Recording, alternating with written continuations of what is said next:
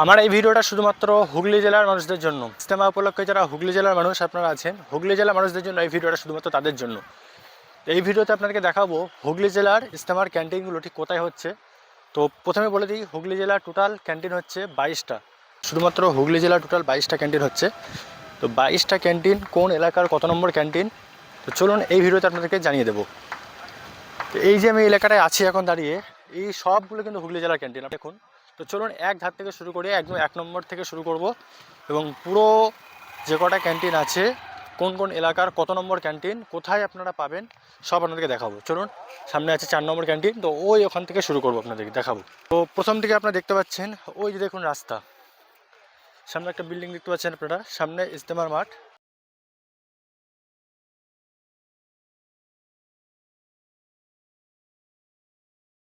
তো ওই দূরে ওই যে দেখতে পাচ্ছেন যে টিনের ঘরটা, ওটা হচ্ছে বিশ্ব ইজতেমার মসজিদ বর্তমান, ঠিক আছে? ওটা হচ্ছে ইজতেমার মসজিদ, ওই যে টিনের ঘরটা দেখতে পাচ্ছেন। আর একদম মসজিদের ঠিক সামনের দিকটা যদি আপনারা আসেন, এই যে রাস্তা, মেন রাস্তা আপনারা দেখতে পাচ্ছেন, এই রাস্তার একদম ধারেই এখান থেকেই হুগলি জেলার ক্যান্টিনগুলো শুরু হচ্ছে। তো প্রথমে আছে ক্যান্টিন নাম্বার 1। ক্যান্টিন নাম্বার 1-এ আপনারা কোন কোন এলাকার এখানে থাকছে, ক্যান্টিন নাম্বার 1-এ আপনারা দেখতে পাচ্ছেন পান্ডুয়া, সরাই, নাকশা। ক্যান্টিন নাম্বার 1-এ থাকছে পান্ডুয়া, সরাই, নাকশা। তো এরকমই হুগলি জেলা টোটাল 22টা ক্যান্টিন আছে। ভাবুন তাহলে, একটা জেলার যদি 22টা ক্যান্টিন হয়, তাহলে কতগুলো ক্যান্টিন হবে এই ইজতেমার জন্য, ভাবুন। তো দর্শক, এই মুহূর্তে আমি এখন আছি বিশ্ব ইজতেমার মাঠে। তো বিশ্ব ইজতেমার ময়দান এত বড় মাঠ, মোবাইলে ক্যামেরা দিয়ে মানে ধারণ করে আপনাদের সামনে তুলে ধরাটা মানে অতটা সুবিধা হচ্ছে না, ঠিক আছে? মানে অতটা বুঝিয়ে আপনাকে দেখাতে পারছি না ঠিক কতটা জায়গা জুড়ে এটা হচ্ছে। তো এর থেকে যদি ড্রোন দিয়ে ভিডিও বানানো হয়, সেক্ষেত্রে জিনিসটা কিন্তু খুবই সুন্দর হবে। তো আপনারা অনেকেই আমাকে কিন্তু বারবার বলছেন যে ড্রোন ফুটেজ আনতে, ড্রোন ফুটেজ আনতে। তো এতদিন অবশ্যই ড্রোন থাকলে আমার কাছে অবশ্যই আনতাম। তো ড্রোন আমার কাছে নেই, যার কারণে আমি ড্রোন ফুটেজ আমি দেখাতে পারছি না। তো ওটা বড় জায়গা জুড়ে ইজতেমাটা হচ্ছে, পুরো ইজতেমা সুন্দরভাবে দেখতে হলে কিন্তু ড্রোন দিয়ে ভিডিওটা সবথেকে ভালো হবে। আপনারা জানেন একটা ড্রোনের দাম মোটামুটি মিনিমাম 50,000-এর ওপরে, ঠিক আছে? 50,000-এর নিচে তো ড্রোন নেই। ভালো ড্রোন নিতে গেলে 70-80 হাজার পড়ে যাবে। তো এত টাকা দিয়ে তো আমার এখন ড্রোন কেনা আমার পক্ষে তো সম্ভব নয়, মধ্যবর্তী পরিবার, বুঝতে পারছেন ওটা। আমি যেটা মনে করছি, আমার যত অডিয়েন্স আছে, হ্যাঁ, আমার যে ভিডিও আমি, আপনারা প্রতিদিন আমার ভিডিও দেখছেন, তো আপনারা সবাই যদি একটু আমার পাশে দাঁড়ান, ঠিক আছে, তাহলে কিন্তু একটা ড্রোন আমি কিনতে পারি এবং ড্রোন এনে আগামীতে আপনাদেরকে আরও সুন্দরভাবে কিন্তু এই ইজতেমাগুলো কিন্তু উপস্থাপন আপনাদের সামনে করতে পারি। যদি 20% মানুষ যদি আমার পাশে একটু দাঁড়ায়, আপনারা যদি 20 টাকা, 50 টাকা, 100 টাকা, যে যেমনটা পারবেন, যদি আমাকে আপনারা একটু সহযোগিতা করেন, তাহলে ইনশাল্লাহ আমিও খুব তাড়াতাড়ি ড্রোনের ফুটেজ এই ইজতেমার আগে আপনাদের সামনে আনতে পারবো। তো আমার এপাশে যে আপনি স্ক্যানারটা দেখতে পাচ্ছেন, তো আপনারা যদি সকলেই চান, যারা আজকাল ফোনপে সকলের কাছে আছে, আপনার 20 টাকা, 50 টাকা, হ্যাঁ, একটা মানুষের সফলতার দিকে এক ধাপ আগিয়ে দিতে পারে। তো যদি আপনারা সহযোগিতা করেন, তাহলে ইনশাল্লাহ খুব তাড়াতাড়ি আপনাদের সামনে ড্রোনের ফুটেজ আনতে পারবো এবং পুরো পাখির চোখে এই পুরো বিশ্ব ইজতেমা আপনাদের সামনে তুলে ধরতে পারবো। তারপর আছে ক্যান্টিন নাম্বার 2, তারপর canteen number 3, canteen number 4, canteen number 5, এইভাবে পরস্পর সারি সারিভাবে আছে।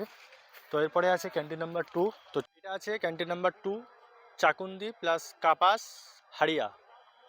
চাকুন্দি প্লাস কাপাস হাড়িয়া। তো এই সমস্ত এলাকায়, চাকুন্দি এলাকা থেকে বা কাপাস হাড়িয়া এলাকা থেকে যে সমস্ত মানুষরা আসবেন, তেনারা এই ক্যান্টিনে থাকবেন। এই ক্যান্টিনে তেনারা থাকবেন, খাওয়া দাওয়া করবেন, টিকিট সিস্টেম যে খাওয়া দাওয়া করবেন।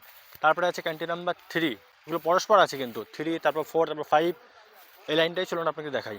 Canteen number 3 Namajgram plus Muktakuri. Muktakuri পাশে প্লাস্টিকটাতে ঢাকা পড়ে যাচ্ছে, আমি দেখতে পাচ্ছি না। নামাজগ্রাম প্লাস মুক্তকুড়ি, নামাজগ্রামটাই পান্ডুয়ার পাশেই। তো এটা হচ্ছে নামাজগ্রাম প্লাস মুক্তকুড়ি।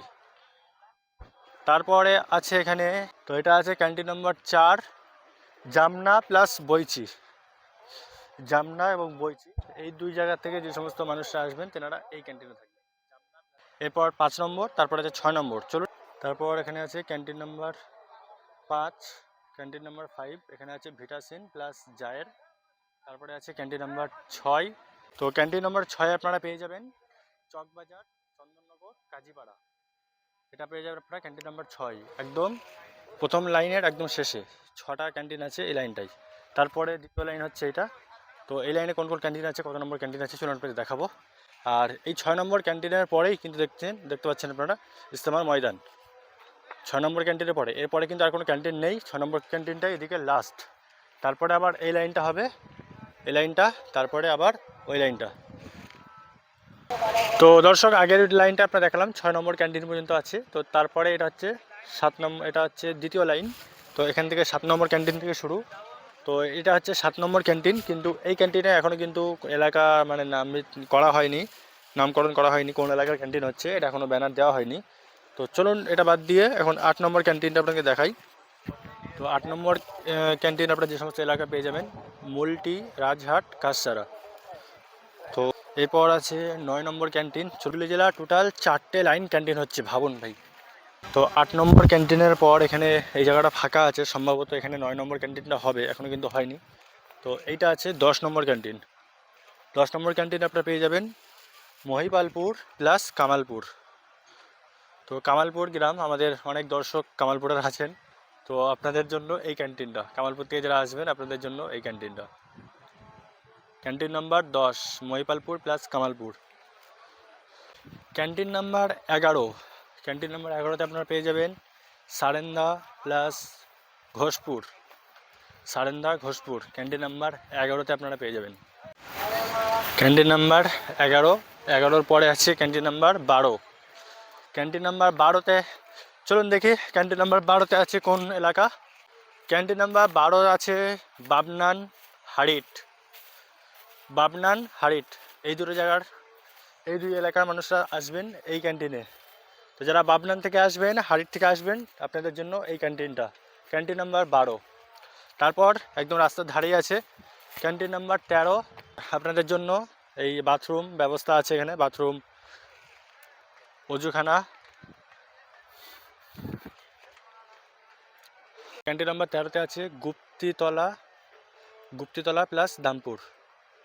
ওটা গুপ্তিতলা না গুপ্তিপাড়া হবে ঠিক জানি না, গুপ্তিপাড়া বলে একটা জায়গা আছে একটা হুগলি জেলায় আমি জানি, কিন্তু ওখানে লেখা আছে গুপ্তিতলা, এটা কোথায় আমি জানি না ঠিক।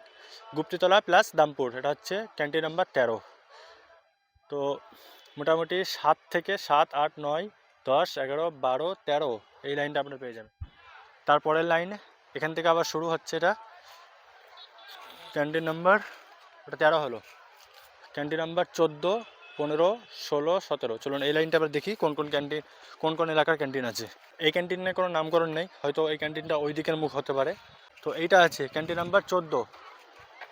ক্যান্টিন নাম্বার 14 থাকছে সাহেব হাটতলা, রুদ্রাণী, জয়রামবাটি, 10 ঘোড়া। তো এগুলো আপনারা 14 নম্বর ক্যান্টিনে পেয়ে যাবেন, আরেকবার দেখে নিন আপনারা পজ করে। এরপর আছে ক্যান্টিন নাম্বার 15। চলুন দেখি ক্যান্টিন নাম্বার 15তে কোন কোন এলাকা আছে। ক্যান্টিন নাম্বার 15তে আপনারা পেয়ে যাচ্ছেন ভাস্তারা, মোল্লা সিমলা, বাসুবাটি, 7 ঘোড়া। তো ক্যান্টিন নাম্বার 15তে আপনারা এই সমস্ত এলাকাগুলো পেয়ে যাবেন। চলুন এবার তাহলে দেখাই আপনাদেরকে ক্যান্টিন নাম্বার 16। তো ক্যান্টিন নাম্বার 16তে আপনারা পেয়ে যাবেন গোপালপুর, চন্দনপুর, মান্দারা, মেসেরা। একদম পরস্পর আছে 15 নম্বর 16 নম্বর, একদম রোডের ধারেই, রোড থেকে নেমেই আপনারা পেয়ে যাবেন ক্যান্টিন নাম্বার 16। তারপর 16-র পরেই আছে 17 ক্যান্টিন নাম্বার, এটাতে আপনারা পেয়ে যাবেন আরামবাগ, চাদুর, মান্দারন, কেশবপুর। Canteen number 17 Arambagh, চাঁদুর, Mandaran, Keshabpur. তারপর আছে ক্যান্টিন নাম্বার 18 চক হাজি, সোলেতানা, কুলবাতপুর, শাহবাগ করার জন্য। তারপর ক্যান্টিন নাম্বার এটা 18, 19টা দেখি এই লাইনে আছে নাকি। তো ক্যান্টিন নাম্বার 18-র পরে এটা আছে 19, 20, 21, ওইটা আছে 22। তো এই টোটাল 4টে ক্যান্টিন আছে, কিন্তু 21, 20 আর 19 এই 3টে ক্যান্টিন এখনও কোনো নামকরণ করা হয়নি, কোনো কিছু ব্যানার দেওয়া হয়নি। যেমন এই ক্যান্টিনটা, এটা সম্ভবত 21 হবে, কারণ ওইটা আছে 22, এটা হয়তো 21 হবে, তারপরে এটা হয়তো 20 হবে, কিন্তু এই ক্যান্টিনগুলোতে কোনো আপাতত নাম দেওয়া হয়নি, লেখা আছে বার্নিস মার্কাজ। তো ক্যান্টিন নাম্বার 22-এ কোন এলাকা আছে চলুন দেখে নিই। তো এটা হচ্ছে ক্যান্টিন নাম্বার 22। তো এখানে আপনারা দেখতে পাচ্ছেন ফুরফুরা, বাদপুর, আকুনি, বনমালীপুর, বসন্তপুর, ভাগবতীপুর। তো টোটাল এইখানেই শেষ হলো হুগলি জেলার ক্যান্টিন। হুগলি জেলার টোটাল 22টা ক্যান্টিন এই পর্যন্ত শেষ হলো। টোটাল 4টে লাইনে আছে, এক একটা লাইনে 5টা 6টা করে ক্যান্টিন আছে। টোটাল 4টে লাইনে হুগলি জেলার টোটাল 22টা ক্যান্টিন আছে। তো এই পর্যন্ত হুগলি জেলার ক্যান্টিন শেষ হলো। এরপরেই এখান থেকে পড়ছে, এটা হচ্ছে মেটিয়াবুরুজ শেখপাড়া ক্যান্টিন, শেখপাড়া মার্কেজের কিন্তু এই সমস্ত ক্যান্টিনগুলো এগুলো সব শেখপাড়া মার্কেজের ক্যান্টিন হচ্ছে। তো আশা করি আপনারা বুঝতে পেরেছেন হুগলি জেলার যে সমস্ত ক্যান্টিন যতদূর সম্ভব আপনাদেরকে দেখানোর চেষ্টা করলাম। করতে করতে এখানে কিছু ভাইয়ের সাথে দেখা হলো যেনারা আমার ভিডিও কন্টিনিউ দেখেন। কি নাম আপনার? আমার নাম রাহান আলী হালদার। তো কোথা থেকে আসা হয়েছে আপনার? মেটিয়াবুরুজ। আজকে প্রথম এসেছেন না আগে এসেছেন? প্রথম এসেছি।